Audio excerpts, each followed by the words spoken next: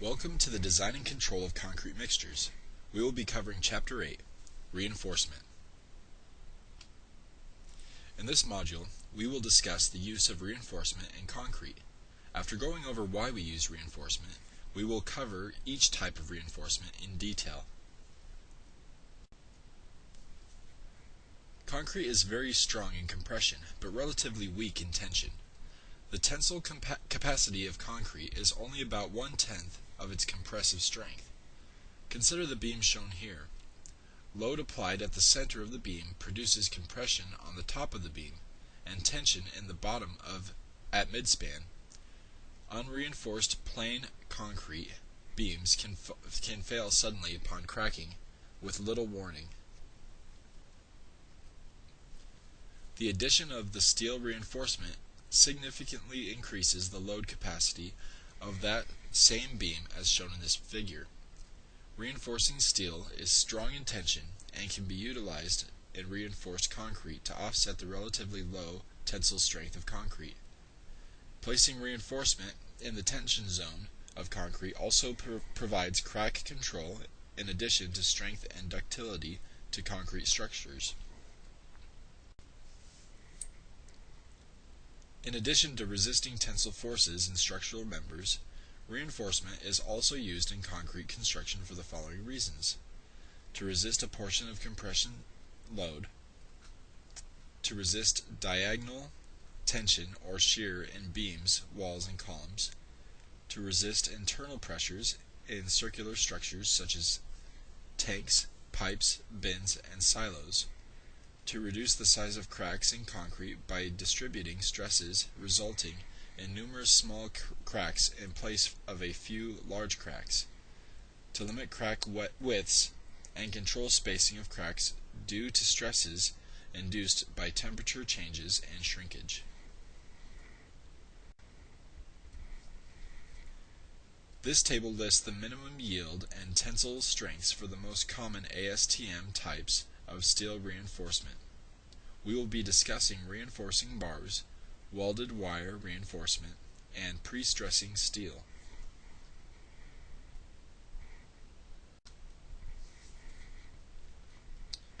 Reinforcing steel bars, also referred to as rebar, are remarkably well suited for concrete reinforcement because they have high tensile strength and strain capability. A flexural beam typically requires only a small amount of reinforcement to provide tensile strength to the concrete. Reinforcement ratios, the area of steel divided by the gross area of concrete, typically vary from 0.0018 to 0.08 in most structures. The bond between concrete and steel allows for an effective transfer of stress or load between the steel and concrete so that both materials act together in a composite action. Reinforcing bar is specified by ASTM A615, standard specification for deformed and plain carbon steel bars for concrete reinforcement. The most common form is grade 60. If weldability is important for construction purposes, ASTM A706, standard specification for low alloy steel deformed and plain bars for concrete reinforcement, grade 60, provides provisions for rebar that allows for reliable welding. Reinforcing bars have distinct stress-strain curves with a definable yield plateau for the lower strength low carbon steels. The observed strain hardening of reinforcing bars is not included in the design of structural reinforced concrete. Some reinforcing bars, particularly those steels with a grade of 75 and higher, do not always exhibit a well-defined yield point. Even grade 40 and grade 60 steels exhibit strain hardening and the length of the yield plateau can vary. In order to enhance bond, reinforcing bars are produced with deformations, as shown here, to provide mechanical bond between the bars and the concrete. To uniquely identify the reinforcement, reinforcing bars are marked during production with a letter and number signifying the type and grade of steel. The bar mark also contains a letter or symbol identifying the mill in which the bar was produced. Additionally, the bars are marked with their bar size, such as the number 4, indicating a number 4 bar. The bar size number is approximately the bar nominal diameter in eighths of an inch. That is, a number 4 bar is approximately 4/8 an inch, or 1/2 inch diameter. Bars can also be marked with an approximately equivalent metric size called soft metric bar sizes, directly converted from inch-pound bar sizes. Alternately, rebar may be produced and marked to true metric sizes. These tables list typical bar sizes for standard ASTM reinforcing bars. In exterior environments, exposed steel corrodes. Fortunately, when concrete surrounds the steel, it can provide some level of corrosion resistance as cover. Corrosion causes the steel reinforcement to rust and expand in volume. The expansion generates great internal stresses that may result in spalling of the concrete cover over the steel reinforcement. In extreme cases, the corrosion can result in a reduction in the strength of the element. Stainless steel reinforcing bars, ASTM A955, standard specification for deformed and plain stainless steel bars for concrete reinforcement, may be specified to limit corrosion in extreme environments. To improve the corrosion resistance of reinforcing bars under severe conditions, the bars may be epoxy coated or zinc coated or galvanized. Epoxy coating provides a waterproof surface to enhance corrosion resistance.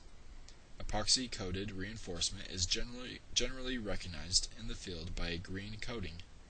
ASTM A775 standard specification for epoxy coated reinforcing steel bars and ASTM A934 standard specification for epoxy coated prefabricated steel reinforcing bars cover the requirements for bars coated before or after fabrication, respectively, including surface preparation.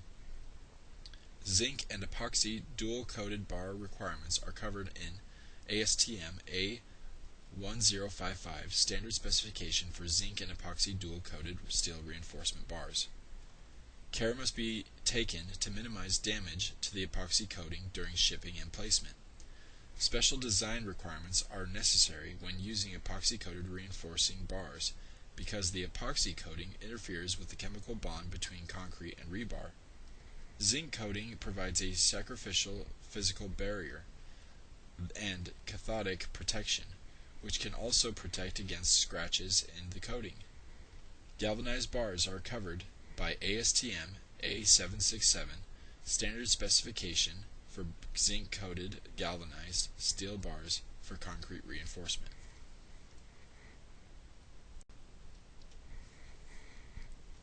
For reinforcing thin slabs and other structural elements, an alternative to reinforcing bars is welded wire reinforcement, or WWR, formerly known as welded wire, mesh, or fabric. A grid of orthogonal, longitudinal, and transverse cold-drawn steel wires is welded together at every wire intersection. The size and spacing of the wires can vary in each direction, based on the requirements of the project. Welded wire reinforcement can be epoxy coated or zinc coated.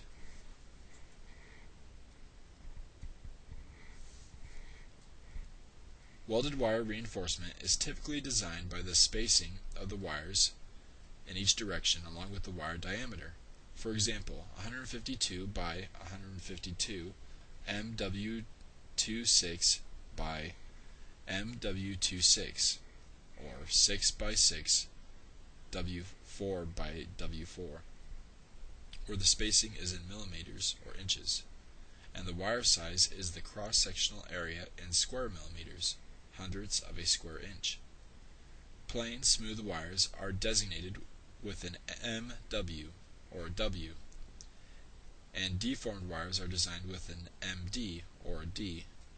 As per the table here, a 152 by 152 MW26 by MW26 would provide 170 millimeters squared per meter, or 0.08 inches squared per foot, of width of welded wire reinforcement.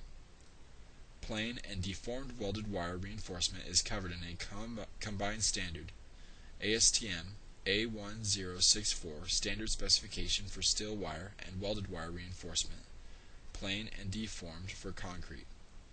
Stainless steel wire are specified according to ASTM A1022 standard specification for deformed and plain stainless steel wire and welded wire for concrete. Epoxy coated WWR is available in accordance with ASTM A884 standard specification for epoxy coated steel wire and welded reinforcement. Galvanized WWR is available in accordance with ASTM A1060 standard specification for zinc coated galvanized steel welded wire reinforcement, plain and deformed for concrete.